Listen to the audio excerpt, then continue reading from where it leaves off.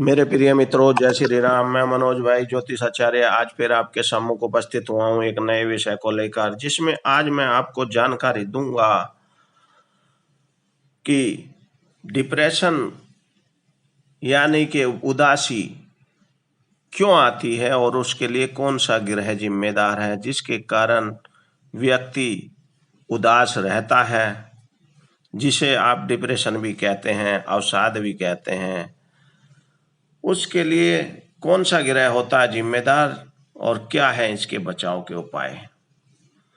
Depression के बारे में आप सभी जानते भी होंगे कि मानसिक अवस्था ऐसी हो जाती है कि बढ़ते बढ़ते शारीरिक अवस्था तक भी आ जाती है, तब वह कष्टकारी हो जाती है। आम जिंदगी में हर व्यक्ति को छोटे बड़े डिप्रेशन पॉइंट मिलते हैं, जैसे गाड़ी चलाते समय छोटे छोटे गड्ढे या स्पीड ब्रेक कर होते हैं, और वह छोटे डिप्रेशन पॉइंट सकारात्मक सोच को हर्ष के वेग के आगे टिक नहीं पाते। लेकिन वो लगातार अगर आपके जीवन में आते रहते हैं तो आप कोई हल दिमाग में न आए तो हताश हो जाए, और हताशा से निकलना आपके लिए नामुमकिन हो जाए तो उसे डिप्रेशन भी कहा जाता है। आज की भौतिक युग में लोगों ने अपनी इच्छाओं को बहुत ही बढ़ा रखा है और लोग कर्ज लेकर भी सुख भोगने लगे हैं। अभाव में न रहना ही उनका उद्देश्य है। सुख की अभिलाषा तो है ही, साथ ही ईर्ष्या भी न चाहते हुए भी अधिक हो रही है।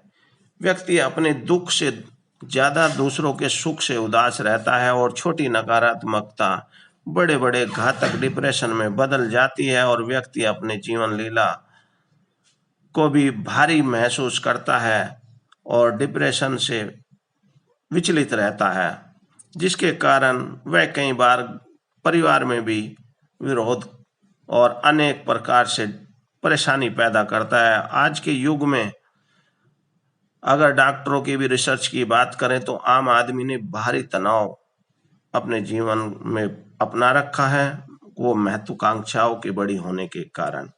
मेडिकल साइंस में भी आपने देखा, और डॉक्टरों की वर्तमान स्थिति में भी 12 में से 10 लोग मानसिक अवसाद के शिकार हैं। और ऐसी स्थिति में ज्योतिषीय दृष्टि से भी मैं आपको बताना चाहता हूं कि अवसाद का सीधा संबंध हमारे मन से है। मैं सारी बातें आपको बताऊं उससे पहले कहना चाहता हूं कि आज वीडियो शुरू से आखिर तक जरूर सुनें, जिससे आपको पूर्ण जानकारी मिल सके और आप उसका लाभ उठा सकें। और जिन लोगों ने अभी तक चैनल को नहीं सब्सक्राइब किया, उनसे कहना चाहता हूं कि चैनल को सब्सक्राइब और बेल आइकन जरूर दबाएं, और वीडियो अच्छी लग रही है तो दूसरों को भी शेयर करें। अब मैं बताता हूं मन से है इसका संबंध जो है अवसाद का। और चंद्रमा हमारे मन का कारक है, आप जानते भी होंगे कुछ लोग। चंद्रमा पृथ्वी के सबसे नजदीक है, इसलिए चंद्रमा का अधिक प्रभाव पड़ता है हमारे जीवन में। और साथ ही चंद्रमा पृथ्वी की परिक्रमा भी करता रहता है। आपको पता होगा कि समुद्र में ज्वार भाटा आता है और उसका सीधा संबंध चंद्रमा से होता है। पूर्णिमा के दिन चंद्रमा के कारण ही समुद्र में ज्वार भाटा आता है। और अगस्त ऋषि ने बताया था कि जो नमक और जल का अनुपात समुद्र में है वही मनुष्य में भी है। जिनकी कुंडली में चंद्रमा की संगत पापी ग्रहों के साथ, जैसे राहु है, शनि है, के साथ हो जाए तो वह डिप्रेशन में हो जाता है। और व्यक्ति का जन्म अमावस्या के आसपास हो और नीच का हो जाए तब भी वह चंद्रमा डिप्रेसिव हो जाता है। चंद्रमा यदि मृत्यु एवं रोग भाव में हो, यानी छठे और अष्टम भाव में हो, तो डिप्रेशन लाने वाला होता है। और चंद्रमा यदि केमुद्रम योग में हो, यानी अंतरिक्ष में चंद्रमा की डिग्री 30 डिग्री और आगे और 30 डिग्री पीछे तक कोई न हो, तो भी यह चंद्रमा भय मुक्त हो जाता है, यानी अवसाद आने की पूरी आशंका रहती है। कुंडली में चंद्रमा पीड़ित हो तो इसका यह मतलब नहीं कि जिंदगी खराब हो गई, यानी वह जीवन में डिप्रेशन में ही रहेगा, ऐसा अपने दिमाग से बिल्कुल न रखें और उसको बिल्कुल निकाल दें। यह जरूर है कि जब भी नकारात्मक स्थिति आएगी तो कमजोर चंद्रमा वाला जल्दी हताश हो जाएगा, और उसको एक बैकअप सपोर्ट की सदैव आवश्यकता होती है। जब कुंडली में चंद्रमा कमजोर हो और अंतरिक्ष में चंद्रमा पीड़ित हो जाए तो मानिए चोट पर चोट लग जाती है, अर्थात व्यक्ति डिप्रेशन में हो जाता है। और यदि बच्चे की कुंडली में चंद्रमा की स्थिति बिगड़ी हुई है तो बचपन से ही उसके चंद्रमा के लिए उपाय किए जाएं तो तय हो जाता है कि अवसाद वाली स्थिति से आने से बच जाएगी उसके लिए जीवन में। क्या करें यदि चंद्रमा कमजोर है, मैं वो बताता हूँ। यदि डिप्रेशन वाले व्यक्ति और बच्चे को लंबे समय तक चांदी के बर्तनों में खिलाया पिलाया जाए तो चंद्रमा मजबूत स्थिति में आने लगता है। यदि आर्थिक रूप से संपन्न हो तो कम से कम चांदी की चम्मच गिलास का प्रयोग तो कर ही सकते हैं।